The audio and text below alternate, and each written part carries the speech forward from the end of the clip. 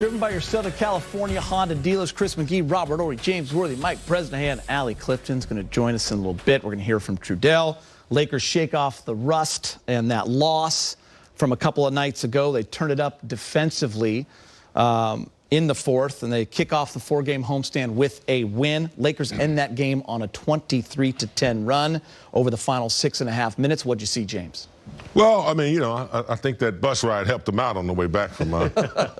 No, seriously. Look, we know it's going to be work in progress, and we saw a really good, concerted effort tonight. There were some mistakes, but they were really playing harder. Looked like they were focusing a little bit more. The first half, Cleveland, young team, talented team with some really quick guards. They had their way a little bit, but it's a 48-minute game, and I like the way they came back in the second half, particularly in the fourth quarter, and really played some good old-fashioned defense, and that's what got them the win. Some individual play and some good defense.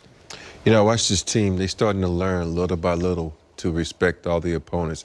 I think you came out in the last game where they didn't really respect the opponent. They started joking around. In this game, they came out still a little light.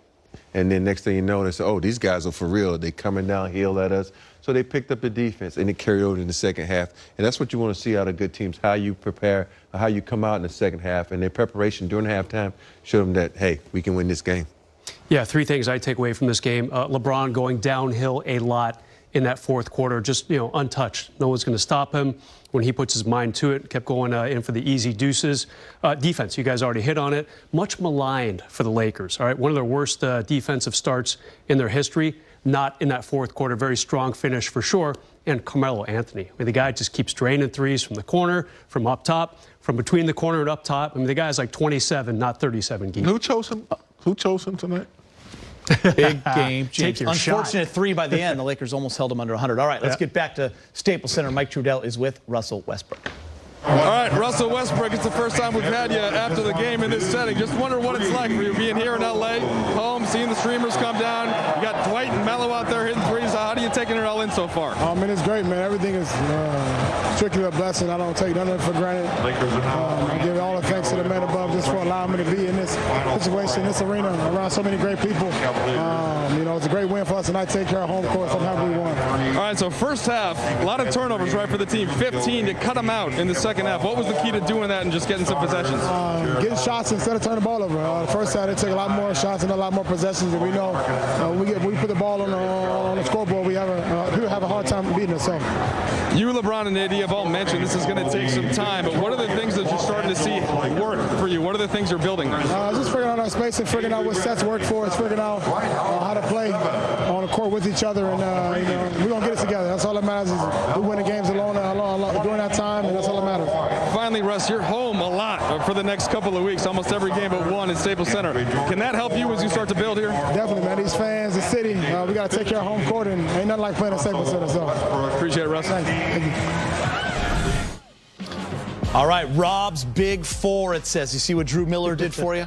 Right there, he put up Rob's Big Four. LeBron with 20, Russ 19, Melo 24, and AD 15. You look at the rebounds, the assists, 6 for 8 from 3 for Melo. Very efficient night. I do want to start with Westbrook. We'll kind of go around the horn and talk about these guys. Listen, we said without LeBron, he was aggressive. Obviously, the numbers and the production went up on that road trip. How would he stay aggressive with LeBron? They put him in certain situations where he was still able to handle the ball, attack north and south, and also be involved in every part of the game, Rob. In that first quarter, I think LeBron sits back. So, you know what, Russ? Get us going. I can run the lane and do my thing in that way. And as LeBron fills out the game, he can do his thing. But Russ was moving the ball. He came down, he shot a couple of threes. He was doing his pump fake and relocate, like you like to say. It was so many things he did wonderful. And even though he still had too many turnovers from what I like, which was 4, it's still better than 10. And with Russ, you're going to get that because he's so dynamic. He speeds up the game so much that you're going to have some guys that are a little late on the passes. Something we talked a lot about in the preseason, James, the staggered minutes with LeBron and Russ. When Russ is in there with AD, that's a nice combination that we're seeing. He loves to attack. He can throw that lob. He got AD going as well in that second quarter. Yeah, the one thing about LeBron, when he sits out a game, he's aware of everything that's going on in the game. Fouls, any missed calls, shot clock. And I'm pretty sure he watched how Westbrook was playing and how he could incorporate himself into that. And I think tonight he did a pretty good job of allowing the game to flow, allowing Westbrook to do his thing. So it is going to take a little time. The things that we were kind of worried about, they kind of took care of tonight, the effort, the defense. So I think tonight they chipped away a little bit at where they're trying to get to. Yeah, by the way, the Lakers finally figuring out how to stop Evan Mobley. That guy's going to be great. I mean, he was really sticking the Lakers down low. You have to give their bigs some credit because this kid, you know, third overall pick in the draft, he reminds me kind of a younger AD. He really does have it at both ends. And they said, you know what, we got to start playing some defense. This is going to be the key for us. And I was really impressed by what they did, kind of walled off that paint in that fourth quarter to really kind of push themselves to the W. Brez, also interesting to see some of those lineups that they adjusted with in the second half, because first half that defense had moments where it did not look good, but all of a sudden you saw Reeves get a lot of minutes. Yeah. Avery Bradley was getting some minutes. Malik Monk only played 4, so maybe Frank found a combination that he was going with around LeBron and AD or Russ and AD. Dwight was getting 19 minutes, so more of a defensive-minded approach. Yeah, definitely. Obviously, there's going to be some panic from the people, from the fans after the game in Oklahoma City the other day. But it's such a long, long season, all right? We talked about this pregame. Still, you're missing 3 really good perimeter defenders. No Kendrick Nunn, no Trevor Ariza, no THT. So Frank's going to have to kind of go with the hot hand defensively sometimes. On some nights, Avery Bradley, good, kind of really in-your-face defense in that fourth quarter tonight. And yeah, the young kid Reeves really kind of showing us a little bit on both offense and defense. Maybe he hangs on to a spot when those 3 guys do come back, but we'll have to see about that. But good job by the kid tonight. There's a reason these guys are Hall of Famers, because they called it at halftime. I asked you for an adjustment defensively. You talked about the pick and roll. And then offensively, you said, got to stop turning the ball over. They had 15 turnovers. That's a season high at the half. They only turned the ball over 7 times in the second half. Only 2 in that third quarter when they made the run. Huge difference. What did you guys think of LeBron in his return? I know he didn't shoot well from 3, just 1 for 10, but you could just see as that game progressed, he got better and better. Well, the thing about LeBron is he could be 1 for 10, but people still going to guard him. Yeah. There's a lot of people in this league can be 1 for 10. You're going to just wave your hand at and go get the rebound. But that sets up his drive game. His drive game is so nice that he can just, pop back and shoot a 3 when he wants to, or he can go to the hole. But when I look at LeBron, I look how he analyzes the game. What I like best about him tonight, it didn't really stick in his hand. He caught it, he attacked. He caught it, he passed it. And that's the LeBron you want to see, because that way he gets the offense going and not just everybody sitting around saying, let's watch the best player on the planet. It's amazing that you could be 1 for 10 from 3, James, but have 26 points and 8 assists and still have an efficient line of 10 for 22. It's amazing. And, you're not going to hit that 3 every night, but he always seems to be still impactful in the game, whether it's a block shot, whether it's, scoring. He always finds a way, makes the right pass. So, yeah, he was back tonight. He surveyed the game early, kind of set the tone early in the game, how they were going to play, and they followed that. And they got some transition buckets, some easier assists, and they moved the ball very well. Everyone got a little touch. So LeBron set the tone tonight, and they kind of sustained it. Yeah, 1 for 10 from 3, but I saw 9 of 12 from 2. I mean, he really was back to his dominant self down low. And by the way, the 1-3 he did hit was a 36-footer from the logo. So definitely, I think he's probably, kind of getting back into the game a little bit. Yep. Kind of went around the arc a lot tonight. And I believe that was a shot right there that we saw. So I liked his activity. Again, the guy hasn't played in, 6 days? I think it was. That was his last game.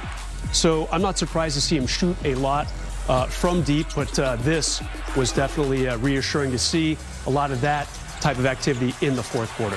Rob, as a shooter, when you come back from an ankle injury, how does that affect your shot, your lift at all, if that makes sense? It affects it a lot because you need that power. And, if you watch LeBron's threes tonight, he didn't have that little hop. He had maybe like a 6-inch hop when he was knocking down everything. Tonight, it was more like a 3-inch hop. And that can throw your threes off because LeBron is a leg shooter when he's knocking down his good threes. A lot of guys are arm shooters, leg shooters. LeBron is more of a leg shooter because he gets that lift, because if you look at him, all his power comes from his legs. Yeah, that's the 1 for 10, I think. Yeah, but by the way, look at the rest of the team. You got to love the efficiency from 3. They shot 44% as a team, even with LeBron maybe being off from deep, 12 of 27. A big reason for that was Carmelo Anthony.